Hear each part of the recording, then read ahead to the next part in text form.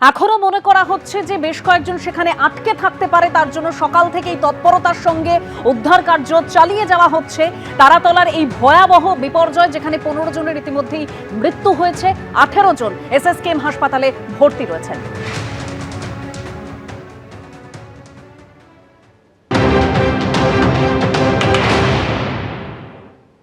NDRF और rail साथ मिलके काम करती है, तो हमें पता है उनके इन्वेंट्री में क्या क्या इक्विपमेंट्स हैं।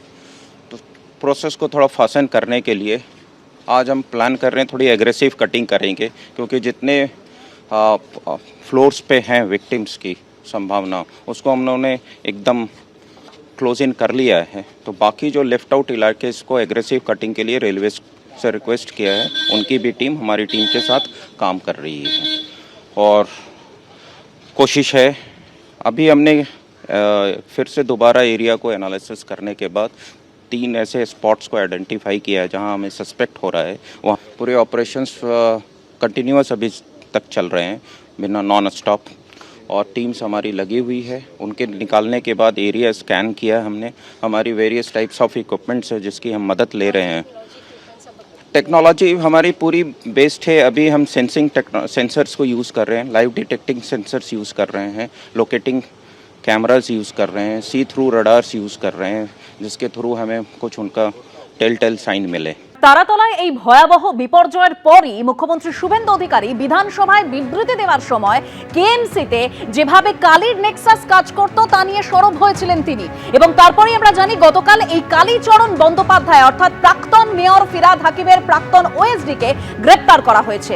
কিন্তু কলকাতা পুরসভায় কিভাবে চলতো এই ধৃত কালীচরণের মডিউল?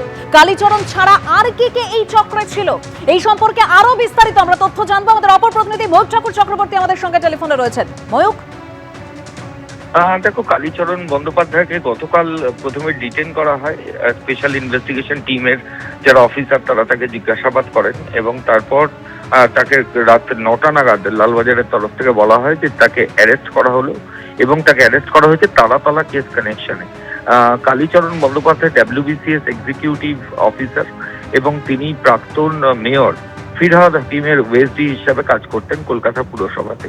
তিনি অত্যন্ত প্রভাবশালী ছিলেন পুরসভায়, যেটা খবর পাওয়া যাচ্ছে যে কলকাতা পুরসভার প্ল্যান থেকে বিল্ডিং ডিপার্টমেন্টের বিভিন্ন প্ল্যান স্যাংশন থেকে শুরু করে কোনো কাজই এই কালীচরণ ব্যানার্জি তার সম্মতি ছাড়া চলতো না এবং পুরোটাই কালীচরণ কন্ট্রোল করতেন, পুরো মডিউলটা।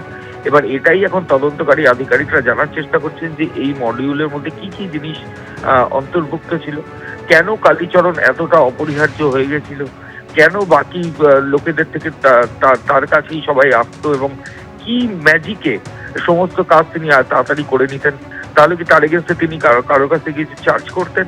না হলে এই কালীচরণ বন্দ্যোপাধ্যায়ের মাথার উপর কার হাত ছিল? এই সবকিছু এখন তদন্তকারী আধিকারিকরা জানবেন।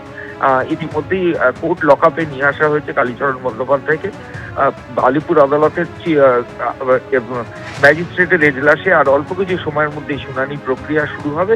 পুলিশ নিজেদের হেফাজতের জন্য আবেদন জানাতে পারেন এবং পরবর্তী ক্ষেত্রেই হেফাজতে নিয়ে পুলিশ আধিকারিকরা জানবেন যে কিভাবে মডিউল কাজ করত এবং কেন কালীচরণ পুরসভাতে এতটা অপরিহার্য হয়ে উঠেছিল। ধন্যবাদ ময়ূক। এবিপি আনন্দ, এগিয়ে থাকে, এগিয়ে রাখে।